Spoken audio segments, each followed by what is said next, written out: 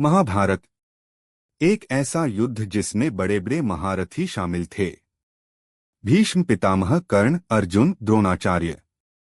लेकिन क्या आप जानते हैं कि इन सब के बीच एक ऐसा योद्धा भी था जो चाहता तो अकेले ही पूरा महाभारत समाप्त कर सकता था। उस योद्धा का नाम था वीर बर्बरीक।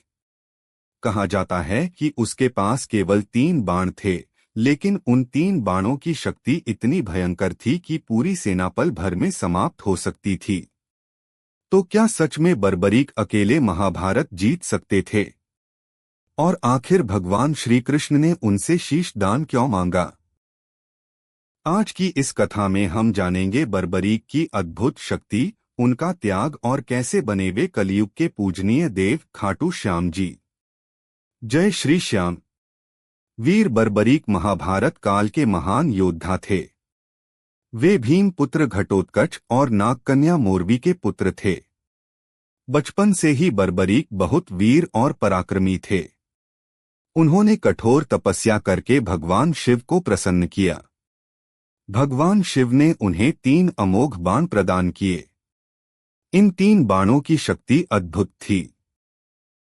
पहला बाण जिसे निशान बना दे, दूसरा बाण जिसे बचाना हो उसे चिन्हित कर दे और तीसरा बाण सभी निशानों का अंत करके वापस तरकश में लौट आए।